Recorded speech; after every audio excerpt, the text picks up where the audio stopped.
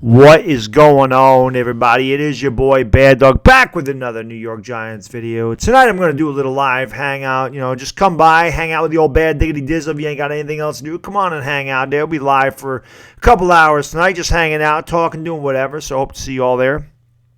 Training camp for rookies is Monday. The weekend is upon us. The weekends fly by, so we start next week. We're going to start with some training camp. I cannot wait. But the thing that I'm probably the most excited about, besides the upgrade in the offensive line for the New York Giants, is our secondary. Now, our secondary last year, believe it or not, if you look at the numbers, was kind of middle of the road, which is a reason that I say statistics are skewed. The Giants were, I believe, tied for 8th with Buffalo with 16 interceptions. Now, that sounds like a lot of interceptions for a secondary that was pretty poor, right? Well, if you look deeper into the numbers, 7 of those interceptions were by linebackers. 5 by Alec Ogletree, who led our team in interceptions, 2 by B.J. Goodson. And then 4 more were by one of PFF's worst-ranked safeties, in Curtis Riley. And anybody that watched the Giants, all Giants fans, know how piss-poor Curtis Riley was last year. Just absolutely horrible. But that's 11 of the interceptions. So there's some misleading stats. Also, if you actually watched the Giants games last year, the New York Giants were behind in many of those games in the second half. So teams were not as apt to pass as they would have been during the first half, when the game was actually still in question. So a lot of teams shut it down in the second half or in the fourth quarter, did a lot of running. So, of course, that skews the statistics a little bit more.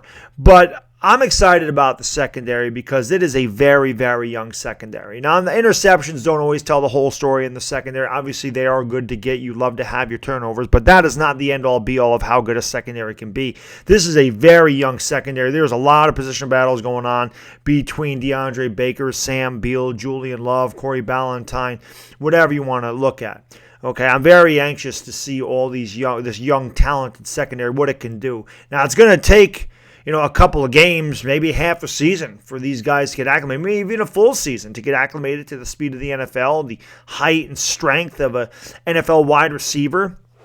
But DeAndre Baker is a tenacious dog, and literally a dog. He played for Georgia, so he's a dog, D-A-W-G, and he didn't allow a single receiving touchdown his last 2 seasons at Georgia. He's a fighter.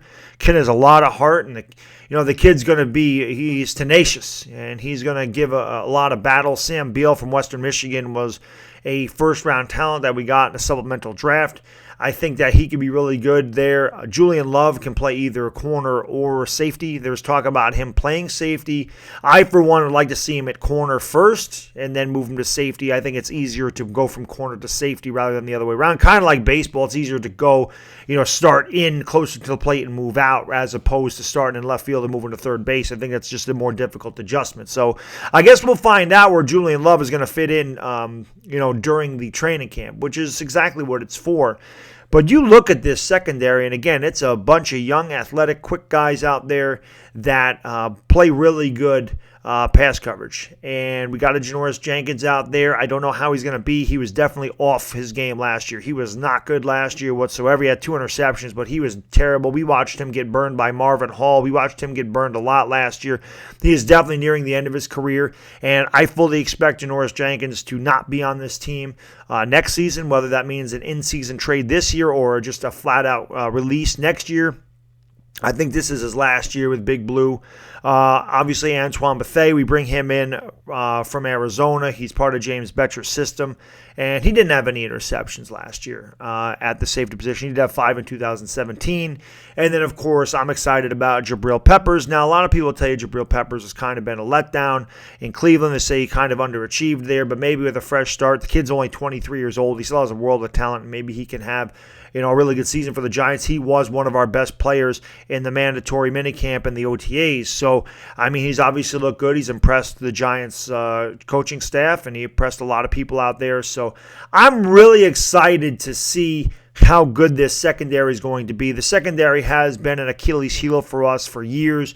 We've seen it. We've had really bad corners out there. Your J-Ron Hosleys, your Wades, just like I said, your bad safeties, your Curtis Rileys, your Darian Thompsons. We've had a lot of turnover in that secondary. A lot of guys that either failed or guys that just, we brought them in off the scrap heap and they just couldn't perform at all. So I think the secondary is a massive upgrade over what it was last season.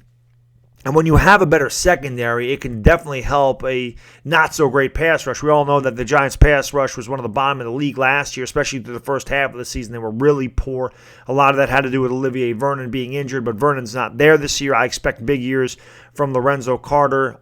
B.J. Hill needs to step up, and Marcus Golden. I think those guys can definitely help the pass rush. But if you have a secondary that makes the quarterback hold that ball an extra half second, that is a world of time for a pass rush to get there. So more than anything else, interceptions aside, which would be great, just being able to play some lock-up coverage, to be able to make it longer for the receiver to get open, not to give him a free release off the line, and to play tighter coverage where the quarterback has to fit it in a tighter window. I'm excited to see what the New York Giants secondary can do. I'm a secondary guy. I played secondary in high school, so I've always been, big on the cornerbacks and safeties. I just always loved that position. I think cornerback is the toughest position in football to play. On defense, I think quarterback is the toughest to play in the NFL, but I think cornerback is second overall, but definitely the toughest on defense, especially with the way the rules are now. You can't really do much with your hands. You can't contact them at all, and flags are extremely ticky-tack down the field, so it's very difficult not to hold a receiver, not to grab a receiver, not to interfere with a receiver. So you have good corners on your team. It's going to make your pass rush better. They work hand in hand. So I'm excited to see what happens. Let me know what you guys think. Who do you think is – let me ask you this. Let me finish with this. Who do you think has the biggest impact on the secondary this year? Let me know who you think has the biggest impact on the secondary this year. Me personally, I honestly think it's Janoris Jenkins. I think that's the guy we got to lean on. He's the veteran out there. He's the one that's been around. He's one that has to teach these kids how to cover. He's got to teach them a lot about the NFL. I expect Janoris Jenkins to be the leader of the secondary. He has to be. So if we're going to succeed, it's going to be because of him. So that's my pick, but who do you guys think? And like I said, hopefully I'll see you later tonight just to hang out and talk BS, whatever. So until then, it is Baddog, and I am gone. Peace!